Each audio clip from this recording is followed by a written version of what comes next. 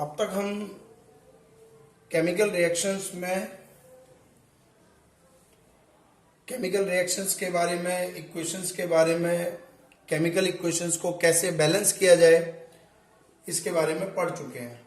अब हमारा अगला topic types of chemical reactions है जो हम डिस्कस करेंगे। टाइप ऑफ केमिकल रिएक्शंस में combination reactions, decomposition reactions, displacement reactions and double displacement reactions. Basically हमें ये 4 केमिकल रिएक्शंस को डिस्कस करना है। उसके बाद हम ऑक्सीडेशन, रिडॉक्स रिएक्शन, इन पर डिस्कशन करेंगे।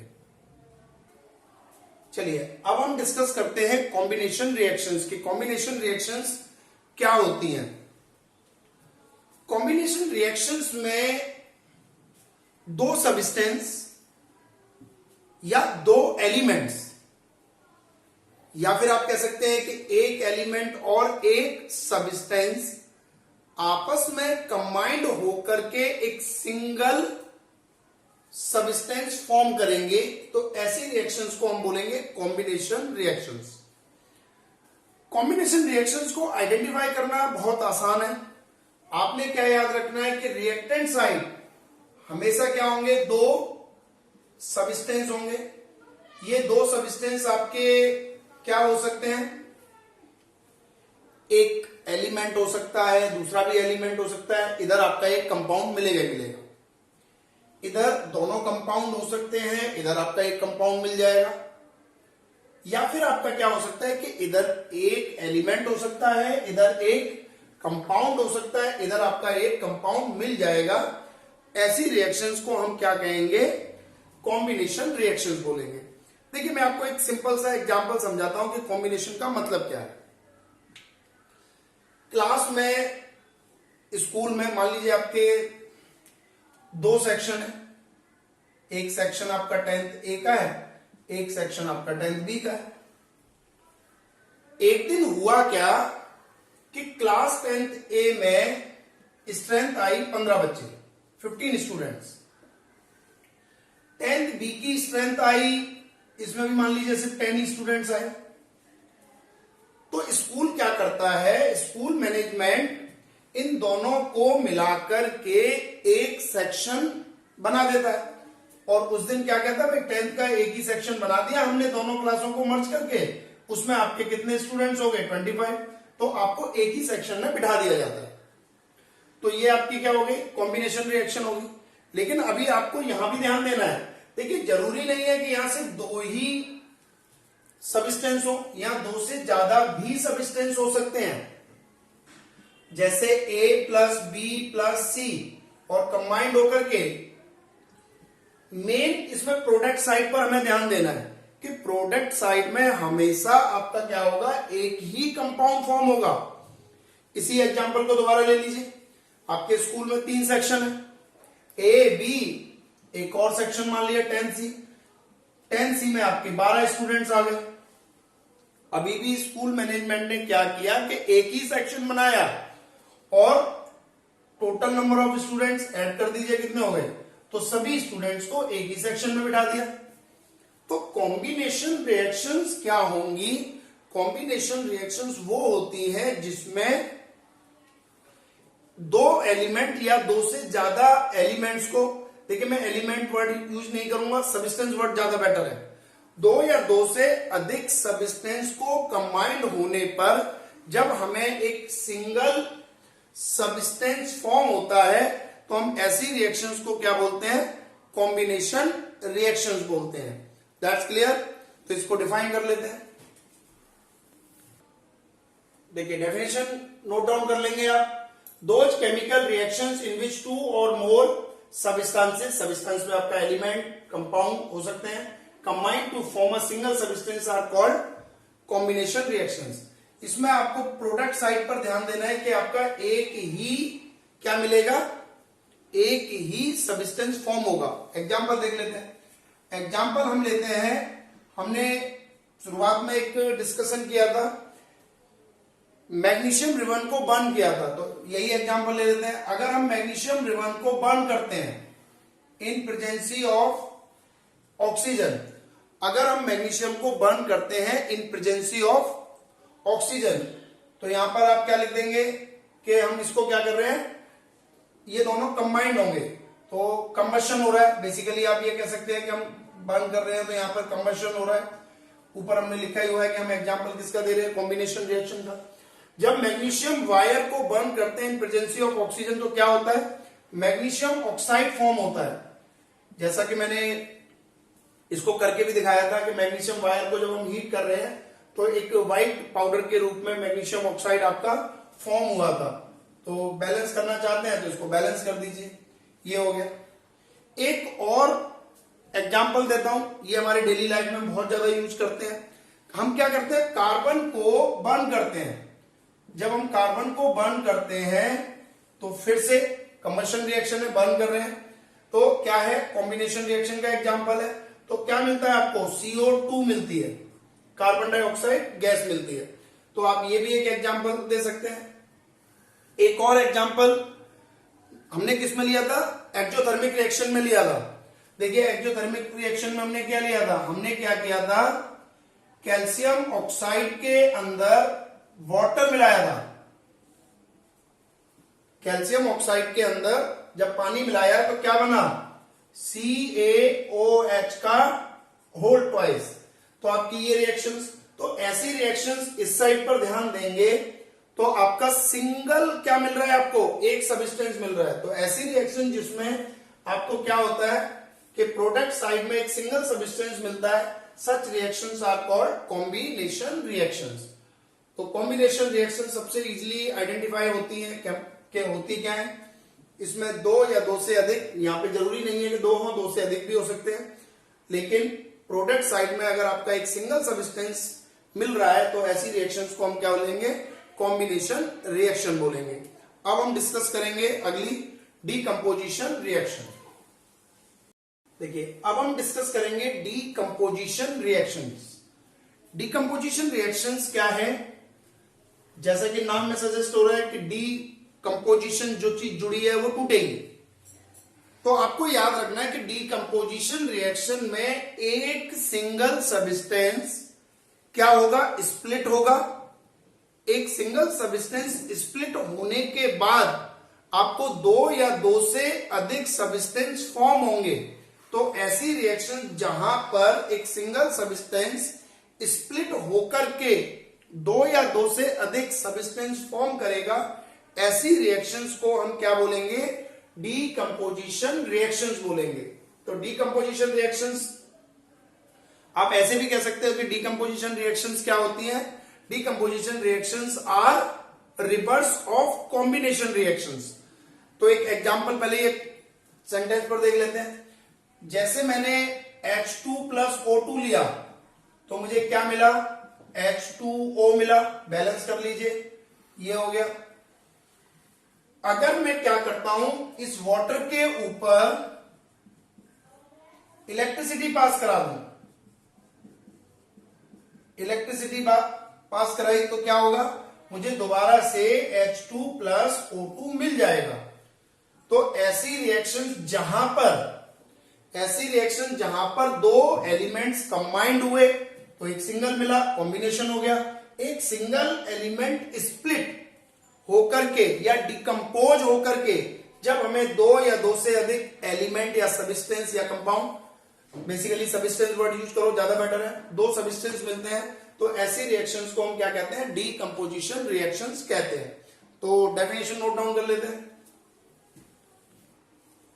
डेफिनेशन नोट कर लेते हैं। Those reactions in which a compound split up into two or more simple substances are known as decomposition reactions। अब देखिए डिकम्पोजिशन रिएक्शंस को कराने के लिए हमें कुछ ना कुछ चाहिए, यानी कि हमें रिएक्शंस में एक सिंगल सब्सटेंस है तो या तो उसे हीट देनी पड़ेगी, या उसे अंडर लाइट रखना पड़ेगा, या उसके ऊपर हमें इलेक्ट्रिसिटी पास करानी पड़ेगी। तो आप याद रखेंगे कि decomposition reactions carried out by किस किस से होती हैं, बाय हीट,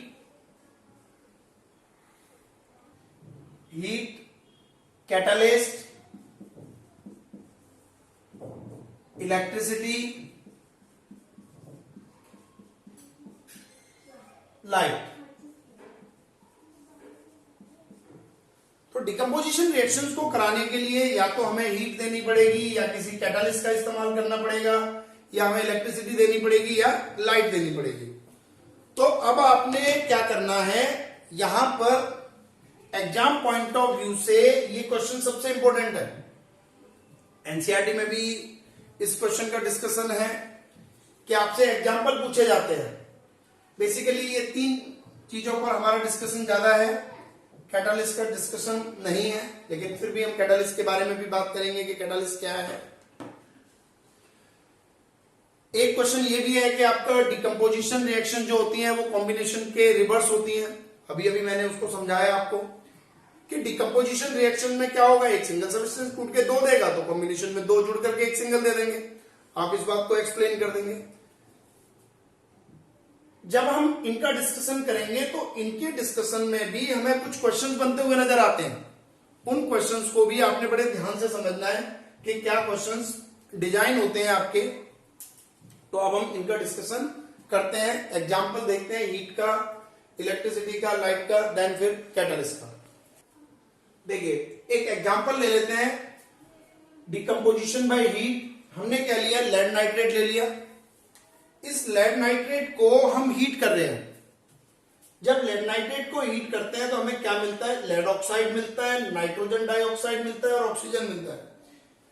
ये क्वेश्चन आपसे सीधा सीधा पूछ लिया जाता है कि एक एग्जाम्पल दे दो, एग्जाम्पल में आप सीधा सीधा लिख देंगे। समवेयर आपको क्या होता है, इस पर एक क्वेश्चन बन के आता है। क्वेश्चन क्या है, क्वेश्चन आपको आता है write the observation when lead nitrate is heated. तो आपको अपनी ऑब्जर्वेशन बतानी है कि लेड नाइट्रेट को अगर हम हीट कर रहे हैं तो क्या होगा। अगर हम लेड नाइट्रेट को हीट करते हैं तो ये तो हमें पता है, रिएक्शंस को तो याद रखना ही है कि लेड ऑक्साइड मिला, लेकिन ऑब्जर्वेशन क्या है हमारी, ये हमारी ऑब्जर्वेशन है कि भाई लेड ऑक्साइड बना। लेकिन लेड ऑक्साइड का आप कलर याद रखेंगे कि इसका कलर क्या होता है, इसका कलर है पेल येलो। तो आप क्या कहेंगे कि एक पेल येलो कलर का सब्सटेंस फॉर्म होगा, ठीक है जी। दूसरा आप क्या कहेंगे, ये मिल रहा है हमें नाइट्रोजन डाइऑक्साइड। नाइट्रोजन डाइऑक्साइड के लिए आप याद रखो कि टेस्ट ट्यूब में से ब्राउन कलर की फ्यूम्स निकलेंगी। तो आपको याद रखना है कि brown colour fumes evolve, mainly आपको ये बात याद रखनी है। तो ये क्या है, ब्राउन कलर की फ्यूम्स निकलेंगी। बाकी का ऑक्सीजन आप जानते हैं, एक सपोर्टिंग, लाइफ सपोर्टिंग गैस निकलेगी। तो आपको ये 2 ऑब्जर्वेशन इस रिएक्शंस के रिगार्डिंग में याद रखनी है। That's clear. डिकम्पोजिशन रिएक्शंस हम देख लेते हैं एक्टिविटी के थ्रू। ये हमने एक क्या ले लिया है, व्हाइट कलर का सब्सटेंस होता है लेड नाइट्रेट। इसको अब हम क्या करेंगे, हीट करेंगे। जब हम लेड नाइट्रेट सोल्यूशन को हीट करते हैं तो ये क्या हो गई, एक डिकम्पोजिशन रिएक्शन हो गई। यहां पर आपका देखिए ब्राउन फ्यूम्स निकल रही हैं। ये जो ब्राउन फ्यूम्स निकल रही हैं ये किसकी है, नाइट्रोजन डाइऑक्साइड है। और यहां पर ये जो आपको सब्सटेंस मिल रहा है ये वाला, ये आपका कैसा होता है, ये लेड नाइट्रेट है। और कैसा है ये, पेल येलो। ये एक पेल येलो कलर का सब्सटेंस होता है। तो इस रिएक्शन को आपको याद रखना है कि लेड नाइट्रेट के अंदर क्या बनेगा। यहां पर ब्राउन लिखा हुआ है, ब्राउन मत याद रखिएगा, पेल येलो कलर का सब्सटेंस होता है, ब्राउन फ्यूम्स इवॉल्व होती है। देखिए एक और एग्जांपल ले लेते हैं, फेरस सल्फेट ले लिया हमने। जब हम फेरस सल्फेट को हीट करते हैं तो इसका कलर याद रखिए। सबसे पहले फेरस सल्फेट कैसा होता है, लाइट ग्रीन होता है।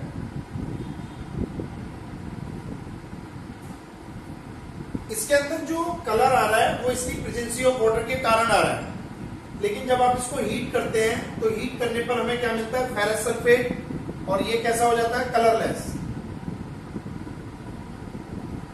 इसमें से वाटर के मॉलिक्यूल्स इवेपोरेट हो गए। अगर हम फर्दरली क्या करें, फेरस सल्फेट को हीट करें, फेरस सल्फेट को हीट करें तो हमें क्या मिलेगा, Fe2O3 SO2 प्लस SO2। जब हमने इस कलरलेस सब्सटेंस को हीट किया तो हमें क्या मिला, Fe2O3। देखो Fe2O3 के कारण इसका कलर कैसा आ गया, रेडिश ब्राउन। कैसा कलर आ गया, रेडिश ब्राउन। Fe2O3 बेसिकली है क्या, जैसे आप लोहे के ऊपर देखते हो कि जंग लग जाती है, अगर आप उसके कलर को देखें तो वो कलर आपको कैसा नजर आएगा, रेडिश ब्राउन कलर आएगा।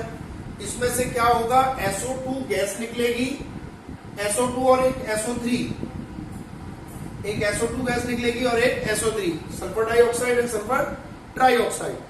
तो आपने यहां पर भी एक ऑब्जर्वेशन को याद रखना है कि इस रिएक्शन में होता क्या है। आपको डिकम्पोजिशन रिएक्शन बाय हीट पर नॉर्मली दो क्वेश्चन मिलते हैं, एक लेड नाइट्रेट का मिलता है, तो आपसे पूछा जाता है कि आप क्या ऑब्जर्व करोगे, अपनी ऑब्जर्वेशन लिखिए। उसके अंदर आपकी दो ऑब्जर्वेशन मैंने बताई, एक ब्राउन फ्यूम्स की बताई और एक पेल येलो सब्सटेंस फॉर्म होगा। इसके अंदर भी आपको अपनी दो ऑब्जर्वेशन याद रखनी है कि क्या ऑब्जर्वेशन होंगी।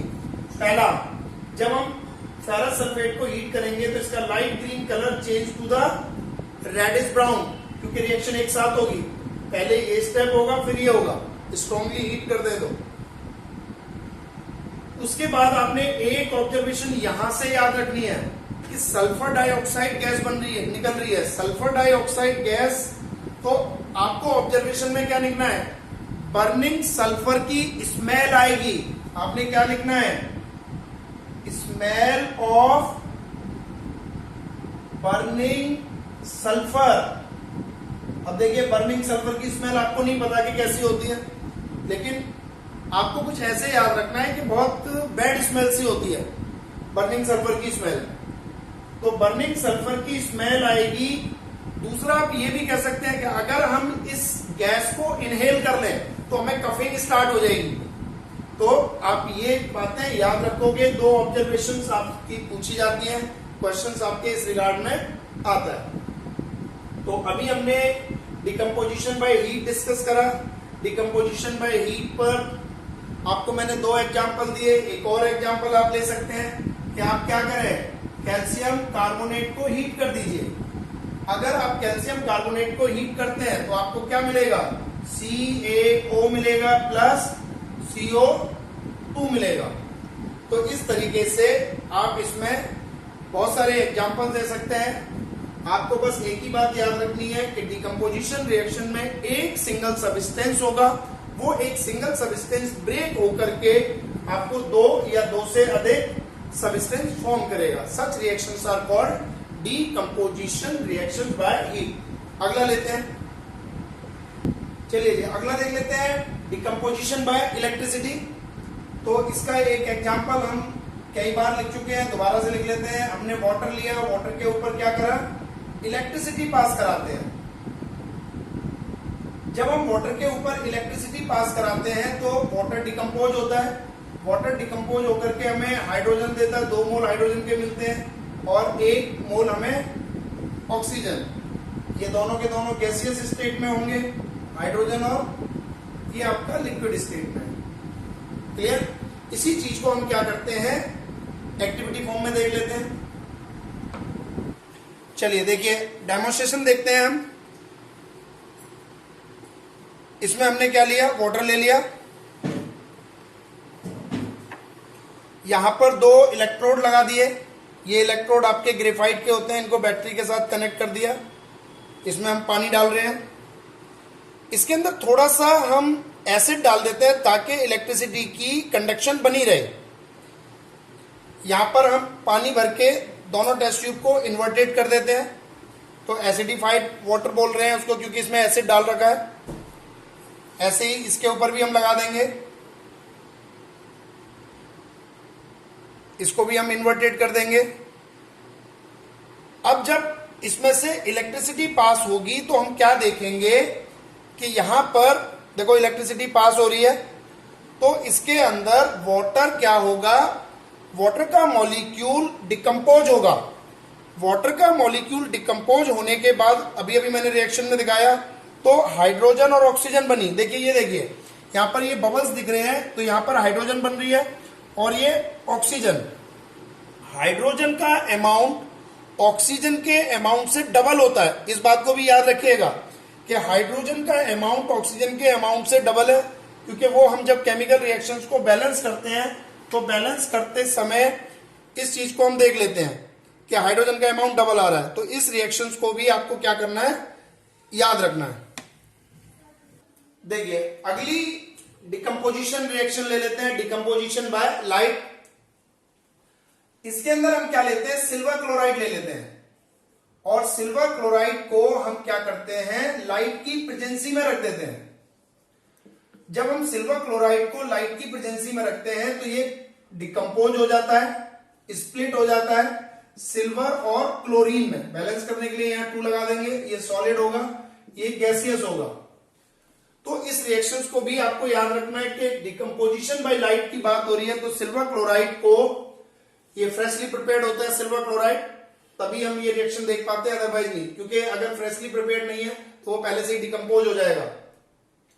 When the freshly prepared silver chloride kept under the sunlight, it decomposed to give हमें सिल्वर देगा और क्लोरीन देगा। सिल्वर का कलर ग्रेइश कलर का होता है, ठीक है, मेटेलिक ग्रेइश कलर के ही होते हैं ज्यादातर, तो ये होगा, और यहां पर क्लोरीन गैस लिबरेट होगी। इसी को हम एक्टिविटी फॉर्म में देख लेते हैं। देखिए हमने क्या लिया, सिल्वर नाइट्रेट सोल्यूशन ले लिया,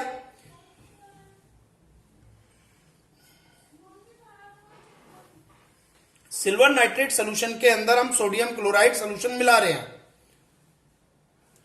जब हमने दोनों को मिलाया तो हमें एक फ्रेशली प्रिपेयर्ड, यहां देखिए फ्रेशली प्रिपेयर्ड क्या मिल गया, सिल्वर क्लोराइड सोल्यूशन मिल गया। इसका कलर देख लीजिए, व्हाइट इन कलर, तो व्हाइट इन कलर सब्सटेंस मिला। अब हम क्या करते हैं, इस व्हाइट इन कलर सब्सटेंस को क्या रखते हैं, अंडर द सनलाइट रखेंगे। तो सिल्वर क्लोराइड का कलर कैसा होता है, व्हाइट। जब इसको हमने अंडर सनलाइट में रखा तो यहां पर क्या होगी, एक डिकम्पोजिशन रिएक्शन होगी। After a certain interval of time, कुछ समय बाद इसका कलर क्या हो जाएगा, इट्स कलर गेट चेंज, कैसा हो गया, ग्रे कलर का हो गया। ये जो ग्रे कलर का सब्सटेंस मिल रहा है यही क्या है, आपका सिल्वर है। तो it is a decomposition reaction under the light. Light मतलब सनलाइट ले सकते हैं आप, तो इसको ही हम क्या बोलेंगे, डिकम्पोजिशन रिएक्शंस। यहां पर रिएक्शन देख लीजिए, 2AgCl सनलाइट के अंडर में Ag प्लस Cl2।